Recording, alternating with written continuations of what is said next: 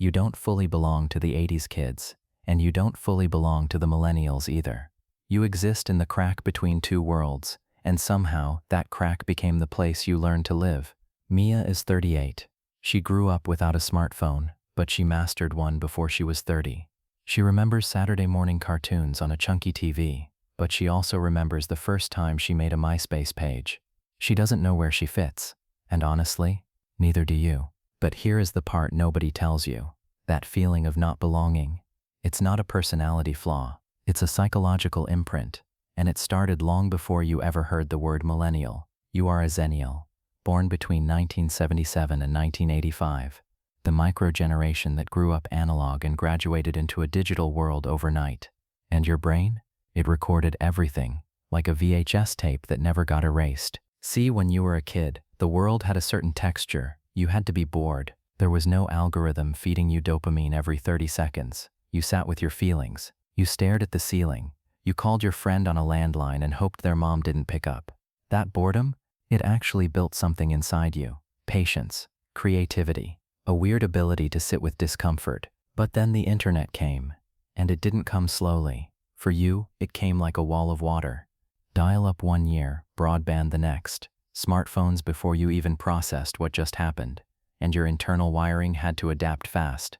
While Gen X shrugged and millennials were basically born swimming, you were standing in the flood, holding your VHS tape above your head, trying not to let it get wet. And this is where the real wound is hiding. Because you adapted. You always do. Xennials are quietly the most adaptable humans on the planet. But adaptability has a cost. Every time you shapeshift to fit a new world, a part of you whispers, "But who were you before?" Mia feels this at work. She's the one who can talk to the 55-year-old VP and also debug the Slack integration. She's fluent in both worlds, but at 11 p.m., scrolling her phone, she feels a strange hollow feeling, like she's performing competence in a language that isn't quite her mother tongue. You think this exhaustion is laziness. It's not. It's translation fatigue. You have been translating yourself between analog and digital, between Gen X cynicism and millennial optimism, between who you were raised to be and who the world needed you to become for your entire adult life. Most people try to fix this by picking a side.